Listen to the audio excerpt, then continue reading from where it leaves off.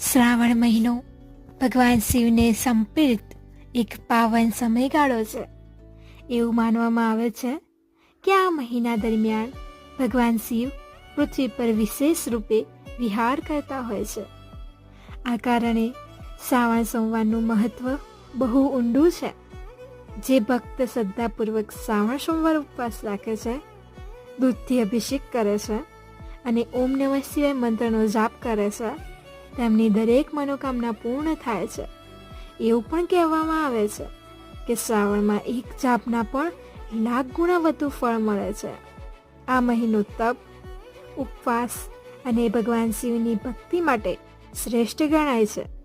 તો આવો ભક્તિથી ભરેલા શ્રાવણમાં શિવજીને પ્રસન્ન કરીએ અને જીવનમાં શાંતિ અને સમૃદ્ધિ મેળવીએ.